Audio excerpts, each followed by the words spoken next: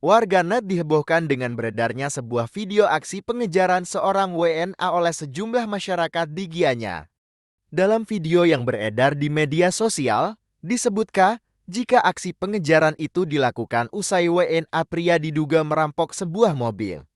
Bahkan disebutkan dalam aksi kejahatan tersebut, WNA diduga mengacungkan senjata tajam kepada korbannya.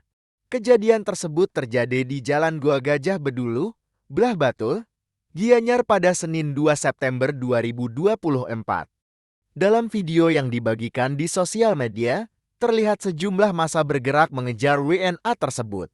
Sejumlah warga terlihat membawa bambu dan kayu.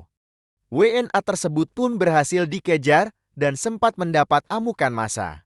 Usai diamuk massa, WNA tersebut kini sudah diamankan di Mapolres Gianyar. Video tersebut pun mendapat beragam tanggapan dari warganet di media sosial. Warganet pun menilai setiap daerah harus memberlakukan hukum rimba demi keamanan dan kenyamanan penduduk setempat.